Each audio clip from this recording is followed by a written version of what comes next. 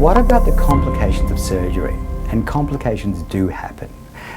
That's just part of an operation, it's part of surgery.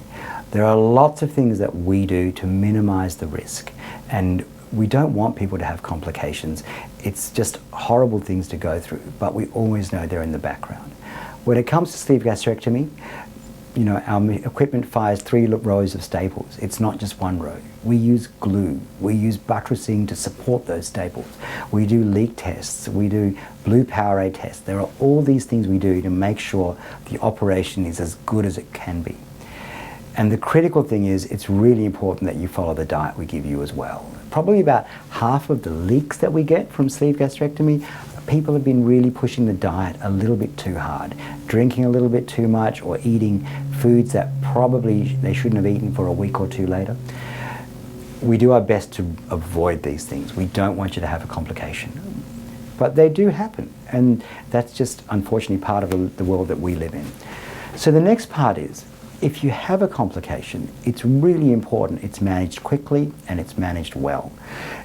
A leak may take you a couple of months to recover, and it's just a miserable, awful couple of months in hospital, depending on how you respond to the therapy. Some people get out of hospital within a week, other people are in there for a good 8 weeks or sometimes even longer.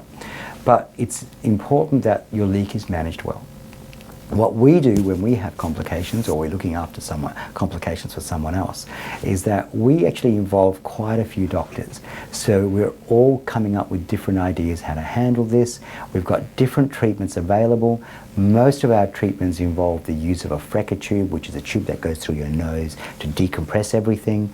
We can use internal stents, we can do covered stents to block off the leak, or we can do revisional surgery. There are lots of things that we can do, but finding the right option and the right treatment depends on exactly what's happening to you. So we're quite good at managing these, I like to say. We've got everyone through complications when we've had to do it, but we'd rather you didn't have one if we could avoid it.